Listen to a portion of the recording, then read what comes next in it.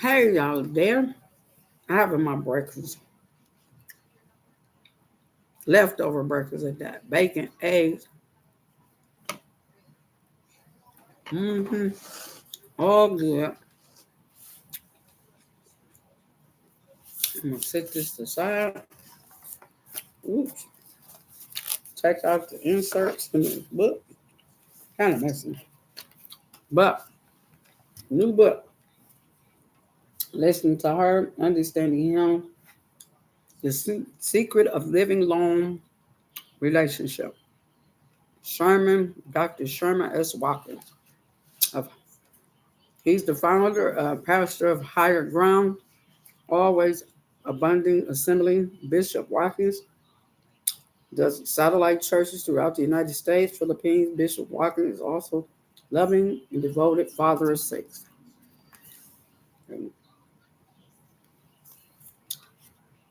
All right, let's do chapter one. I'm gonna do this without my glasses. Listening to her and understanding him. I know you're all thinking about the same thing. I'm thinking, not another book about marriage. You you you need not worry. This is not another marriage book. Rather, it's a diary of every woman and man in the secret chambers of their desires, of a diary that records their deep longing for acceptance and love. Hold on. I like these versions. Yeah, kind of cool down.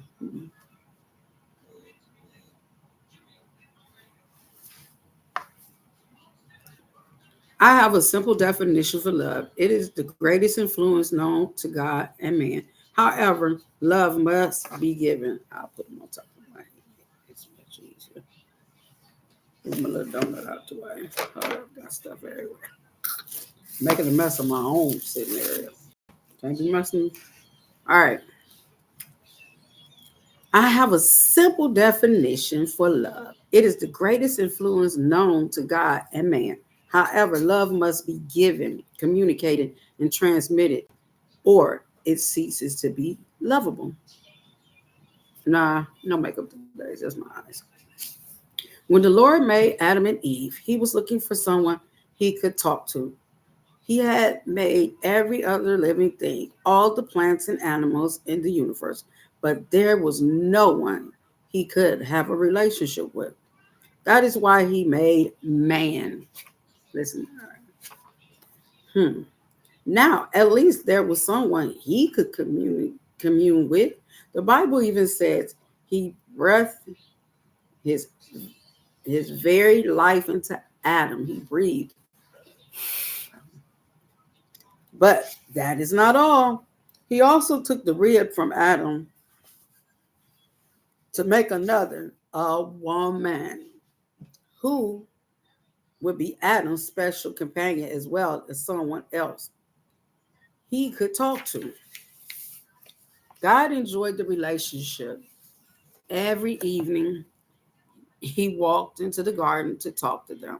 But one day, something happened where once there had been a bridge between them, it no longer exists. Adam did not want to talk anymore, and he began to hide himself from the Lord. Hold on, guys, let me see milk. My milk. Hmm. Adam didn't want to talk anymore. Uh-oh. And he began to hide himself from the Lord. This was the first divorce in history. The first divorce was in the Bible because Adam didn't want to talk to God. First divorce, that's the first. Hmm. Whatever there ceased to be a relationship, there was always to be a separation. What was the problem? Adam did not listen and he did not understand. Anytime the Bible presents us with particular lessons, we can also see it again in human history. So here we are in the 20th century with reruns of the garden. Just as Adam broke off communication with God and hid himself, many men break off communication with their wives and hide themselves, whether it's their wives, their girlfriend, or they boo, whatever you want to call it out there. I don't know what you want to call it, but here we go. Remember, this is the point that's being made. We break off, Adam broke off from God. He stopped talking to God. Then there's some men that stop talking to the woman. They go silent. They don't be want to talk. You ask them what's wrong? Nothing. I don't want to talk about it. What do you mean you don't want to talk about it? We can't go to bed without emptying out what didn't happen for the day. Because you ain't going to sleep well. So here we go. Listening to her. Men fail to listen to women for many reasons. Intimidation, fear, aggravation, a low view of women's ideas. There are also cases of men listening to women for the wrong reason. Do you recall when Sarah came to Abraham with a request? Now Sarah, Abram's wife, bare him no children. She had a handmaiden, an Egyptian, whose name was Hagar. And Sarah said unto Abraham, behold, now the Lord hath restrained me from bearing. I pray thee, go into my maid, and it may be said that I obtained children by her. And Abram hearkened to the voice of Sarah. Genesis 16, verse 1 and 2. We need to be clear about what Sarah is doing here. She is requesting that Abram have sexual relations with Hagar, her maid, so that Sarah could have children with her.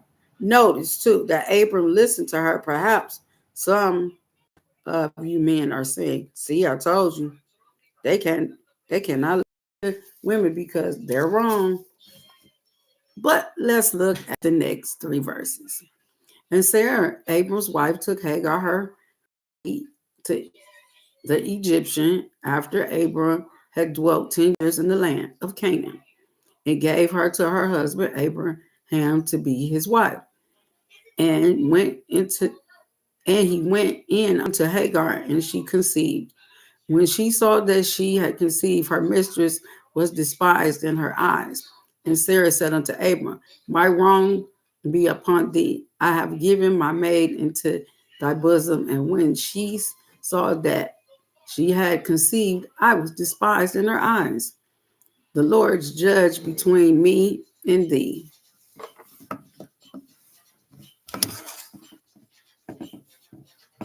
One moment, guys. My phone is going on.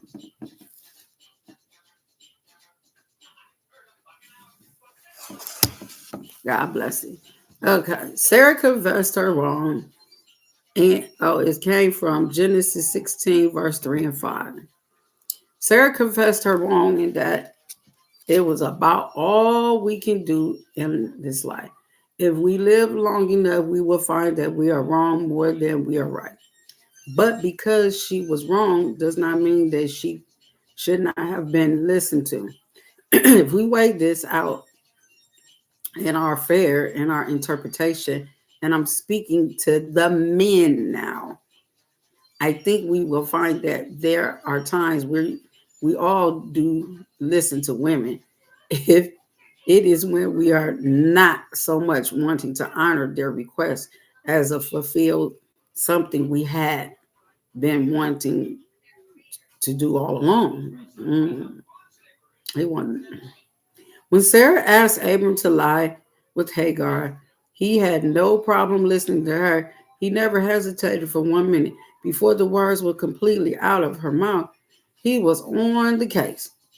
Another time, however, Sarah made a request, and Abram hesitated to follow the orders until God spoke to him and told him to listen to her. And Sarah saw the son of Hagar, the Egyptian, which she had born unto Abram, mocking.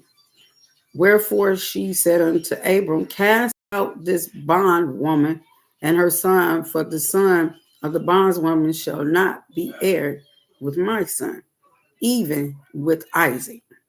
And the thing was very grievous in Abram's sight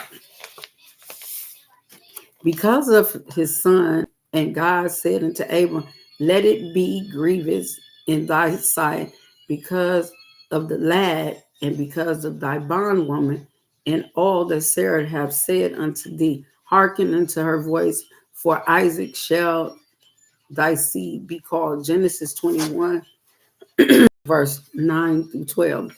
The Lord told Abram to listen to Sarah. If you follow the life of Abram and Sarah, you will find many ups and downs. But one thing you will find, Abram, he always listened. So it is in this life. No one wants to live in a house with someone who never listens to them. Everyone wants to be worth something in the eyes of their partner.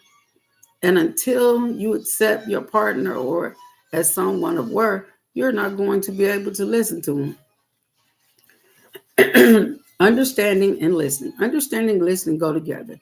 For you cannot understand what you do not listen to. Neither can you listen to things you do not understand. There is a thin line between listening and understanding, and that thin line can mean the difference between a relationship that merely goes on for a long time and one that brings satisfaction. Many people have been married a long time. They have also been miserable a long time.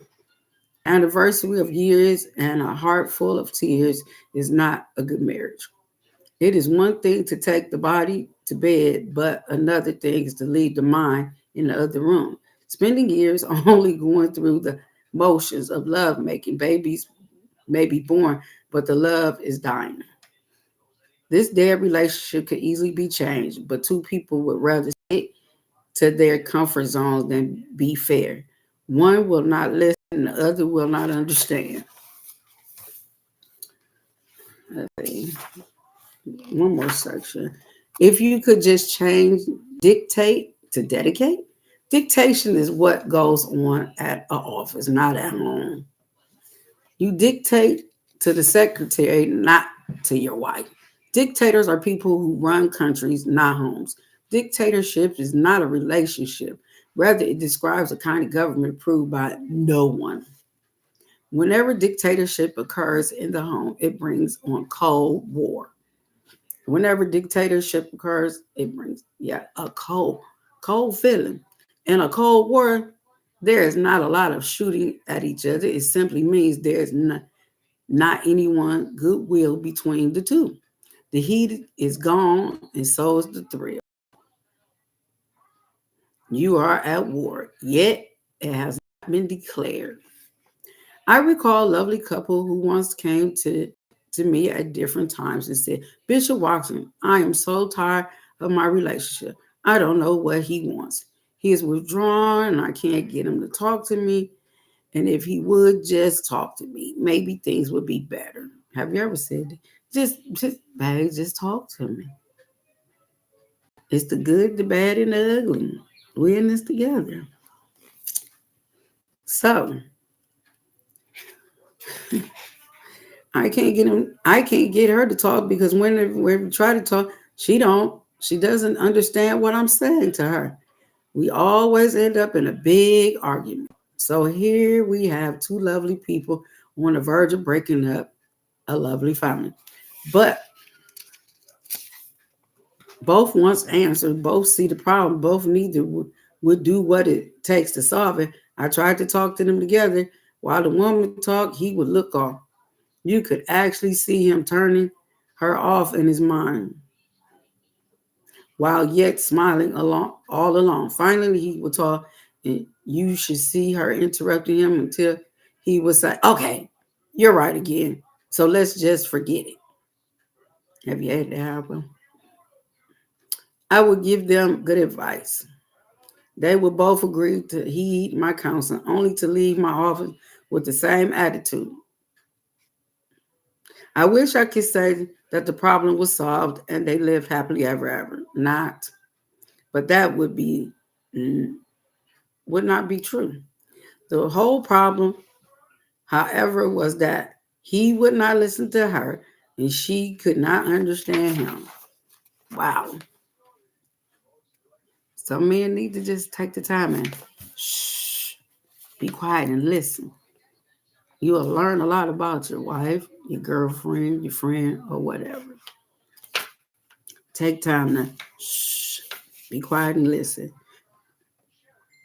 She could not understand him. Let's see. Okay. Locating the bedroom is the next section. Hold on, let me see. Just in more Hollywood. Locating the bedroom. When you go into someone's house, you will notice that the bedroom is not out front. It's either upstairs, downstairs, or farther in the back. There are plenty of things that have to be done before a couple goes to the bedroom, contrary to what men may think. The bedroom is not the focus of relationship. In John 10:1, Jesus said that whoever does not come through the door is a thief and a robber.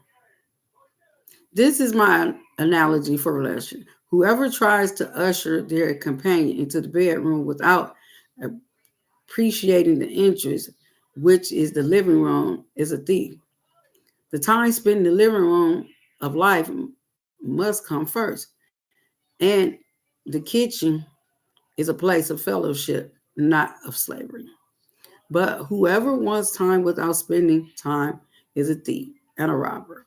People need to feel that they are enjoyed in other areas of the house besides the bedroom. Oh, the bedroom is most important, but it must be approached. The path to the bedroom is a path of compassion, gentleness, warm feeling, and concern. When you go down the path to the bedroom, you must feel that you are somebody needed and wanted, the supplier and the one to solve his desires. You are going to share in something that is in him, and he is going to share fulfillment inside of you. The carpet is the path of peace. As you walk over it, the doorknob gives off the fragrance of your love. You wait patiently inside of yourself until your steps are closer as your desire. The sheets are the covering for us. This covering comes from as a result of covenant in the chapel. The bed is undefiled, a place where your expectations reach fulfillment. You cannot love what you do not respect. You cannot love what you do not respect, nor can you respect what you do not honor. Let me share a simple example. I may have certain affections for a dog, but my impatience would not allow me to tolerate it. Why? Because they are not really lasting needs that that pet meets. But if I allow that dog to ever become a real pet, the relationship changes. Now, there is some need that the dog fulfills in me. I have a new attitude towards it. Whenever it barks again and again, others are mad, but I'm concerned for it. It is the same with people. When you allow something in you to flow through you to another person, a bond's formed between the two of you. Unless there's a bond between husband and wife, there will never be a true commitment. I do not want a body without ears. Regardless of how handsome you are, no woman wants a body without ears, someone to listen to. As much as she may enjoy love making, sometimes she enjoys a good old conversation, even better. A woman wants to know that you want to hear from her. Hey guys, you need to listen. Take time to listen. In most cases, the man that will give the woman his ears will end up gladly receiving her total, unreserved self. Next section. If you turn me off, I will not turn you on. That's the stuff. You can receive a person and go through all the motions and yet never be turned on by them. Mm. Sometimes it's love making in the name only, just enough to say that it happened. And it is always because you're turned off. When she said she had a need. Once we had an electrician in the house because our electricity had gone off. We had all well and the well pump worked by electricity. So when someone had to use the bathroom, there was only enough water in the toilet for one flush. And that is the way love making is. When the electricity's turned off, there's only one. There's only enough to get by and get over with it. Last section. But if you turn me on, I will turn you on. I didn't mean to turn you on. A woman knows she's loved when she sees that you have treated her right. She knows that you are trying. You're proving it by reacting to what she has said. When she was talking, you were listening. How does she know? Because you were listening when she said roses were her favorite and you brought her roses. Or perhaps was just corned beef sandwich as a snack. She knows you have been listening because you've brought her what she likes. If you give her your ears, you will know where the aches are in her neck and the bad places in her feet. If you listen, you learn to know her instead of saying, "What is wrong with this crazy old woman?" When you say that, it is proof that you haven't not been listening. This is the first chapter of Listening to Her and Understanding Him from Sherman Watkins. I'll give you the scripture today. Then I got to finish my breakfast. See, leftover breakfast is pretty good. Such confidence we have through Christ before God. 2 Corinthians chapter 3, verse 4. You can get these from the dollar store. Today's prayer. They come in all different ones. This one is with sunflowers on it. There it is. Remember, do something different today. Shine on loving yourself. Inspire someone. Remember to study, meditate, inspire, laugh, and elevate to the highest potential. Also, if you're having a rough day out there and something goes on, you can do breathing exercises. Take your time, breathe in.